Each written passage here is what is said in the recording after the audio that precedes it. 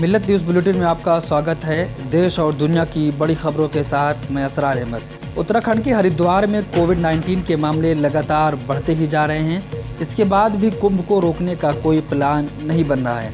इस बीच बुधवार को हरिद्वार में दूसरा शाही स्नान आयोजित किया गया, जिसके कारण कोविड-19 के नए मामले बढ़ रहे हैं। दैनिक स्वास्थ्य रिपोर्ट के अनुसार पिछले 5 दिनों में शनिवार से लेकर अब तक कुल 2167 पॉजिटिव मामले सामने आए हैं। देश में लगातार हालात बिगड़ते जा रहे हैं, लेकिन अभी तक कुंभ मेले को रोकने का कोई प्रोग्राम नहीं बन रहा है। उड़ीसा में भी कोरोना वायरस तेजी से फैलने लगा है। स्थिति की गंभीरता का अंदाज़ा इस बात से लगाया जा सकता है कि पूरे जगन्नाथ मंदिर से जुड़े 23 लोग कोरोना से प्रभावित हो गए हैं। पूरे देश के साथ साथ उड़ीसा में भी कोरोना संक्रमण की दूसरी लहर तेज हो गई है। राज्य के हर कोने में कोरोना ने तेजी से अपने पैर फैलाने शुरू कर दिए हैं। परिस्थितियां ऐसी हैं कि पूरे जगन्नाथ मंदिर को कोरोना ने अपने चपेट में ले लिया है। जगन्नाथ मंदिर प्रशासन से जुड़े 23 लोग प्रभावित हो गए हैं। स्थिति को देखते हुए ये आशंका है कि श्री धाम के द्वार जल्द ही भक्तों के लिए बंद हो सकते हैं। मस्जिद हराम में रमज़ान के महीने में हर दिन 50,000 लोगों को उम्रा और 1 लाख लोगों को इबादत करने की अनुमति दे दी गई है। सऊदी अरब में मुसलमानों के सबसे पवित्र जगह मस्जिद हराम में रमज़ान के शुरू से ही ऐसे लोगों को उम्रा और इबादत की अनुमति दी जा रही है जो कोरोना वायरस को हरा चुके हैं या फिर जिनको वैक्सीन लगाई जा चुकी है। अंतर्राष्ट्रीय समाचार एजेंसी AFP के अनुसार सऊदी अरब की हज उम्रा कमेटी ने पहले ये ऐलान कर दिया था कि उन लोगों को उम्रा और इबादत की अनुमति मिलेगी जो वैक्सीन लगवा चुके हैं या फिर वो कोरोना वायरस को हरा चुके हों। देश भर में कोरोना वायरस के चलते हालात हर गुजरते दिन के साथ बिगड़ते ही जा रहे हैं। कोरोना की गंभीर स्थिति को देखते हुए उत्तर प्रदेश सरकार ने छात्रों की सुरक्षा को ध्यान में रखते हुए 10वीं और 12वीं की बोर्ड परीक्षाओं को 20 मई तक के लिए स्थगित कर दिया है। मुख्यमंत्री योगी आदित्यनाथ द्वारा आयोजित वर्चुअल मीटिंग में यह अहम फैसला किया गया है। इसके साथ ही राज्य में 1 से लेकर 12वीं तक की क्लासेस को 15 मई तक सस्पेंड कर दिया गया है। छत्तीसगढ़ की राजधानी रायपुर में कोरोना के बढ़ते मामलों से पहले ही हालात खराब हैं। अब डॉक्टर ने भी हड़ताल शुरू कर दी है, जिससे हालात की और बिगड़ने की संभावना है। जानकारी के अनुसार प्रदेश के सबसे बड़े हॉस्पिटल डॉक्टर भीमराव अंबेडकर अस्पताल के रेजिडेंट डॉक्टरों ने घटिया PPE किट और मास्क के विरोध में हड़ताल शुरू कर दी है।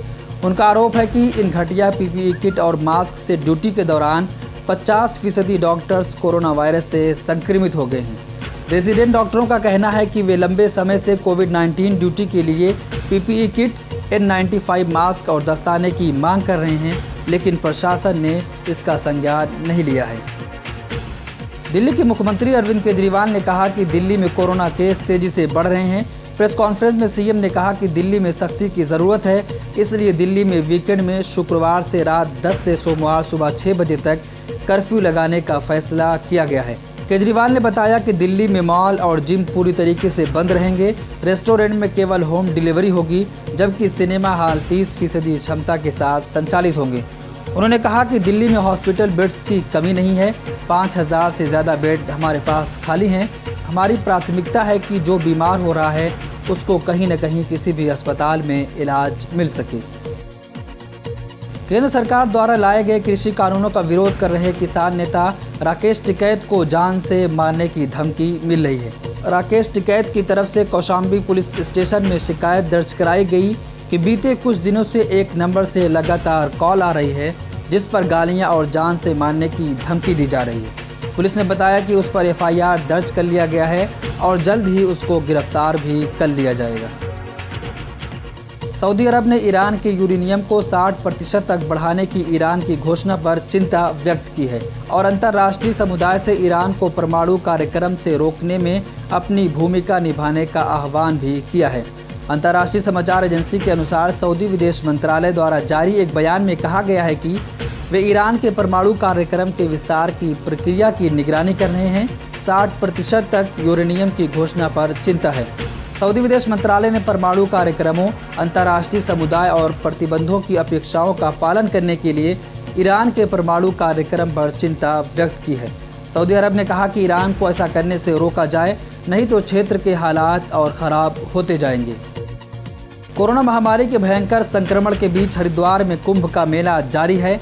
इस मेले में पहुंची लाखों लोगों की भीड़ को संभालने के लिए राष्ट्रीय स्वयंसेवक संघ RSS के स्वयंसेवकों को ड्यूटी पर लगाया गया है। हालांकि इस काम के लिए उन्हें कोई वेतन नहीं दिया जाएगा। संघ के इन स्वयंसेवकों को उत्तराखंड की पुलिस ने स्पेशल पुलिस अफसर SOP का दर्जा दिया है। ऐसा पहली बार हुआ है। द इंडियन एक्सप्रेस के मुताबिक ऐसे 1553 स्वयंसेवक हैं। इनमें से 1053 स्वयंसेवक फील्ड में काम कर रहे हैं, जबकि बाकी लोग बैकअप के काम में लगे हुए हैं। कोरोना संक्रमण के गंभीर संकट से जूझ रहे महाराष्ट्र के मुख्यमंत्री उद्धव ठाकरे ने प्रधानमंत्री मोदी से मांग की है कि कोरोना संक्रमण को प्राकृतिक आपदा घोषित किया जाए। उन्होंने ये भी कहा कि प्रभावितों को व्यक्तिगत लाभ देने के लिए राज्य आपदा प्रतिक्रिया कोष यानी SDRF का उपयोग करने दिया जाए। उन्होंने इस संबंध में बुधवार को प्रधानमंत्री मोदी को चिट्ठी लिखी है। इससे एक दिन पहले ही उन्होंने राज्य में लॉकडाउन जैसी पाबंदियों की घोषणा करते हुए 5,476 करोड़ रुपए के पैकेज की घोषणा की है। ये पैकेज उन लोगों के लिए है जिनका काम धंधा कोरोना और पाबंदियों की वजह से प्रभावित हो गया है। ब्यूरो रिपोर्ट, मिलत टाइम्स। मिलत टाइम्स को आपकी जरूरत है। हमारी आप माली मदद करें। हर महीने सिर्फ 100 रुपये और 1 साल के लिए 1 साल सिर्फ 1000 रुपये। रकम भेजने के लिए यहाँ दिए गए फोन पे, गूगल पे और पेटीएम नंबर का इस्तेमाल कर सकते हैं।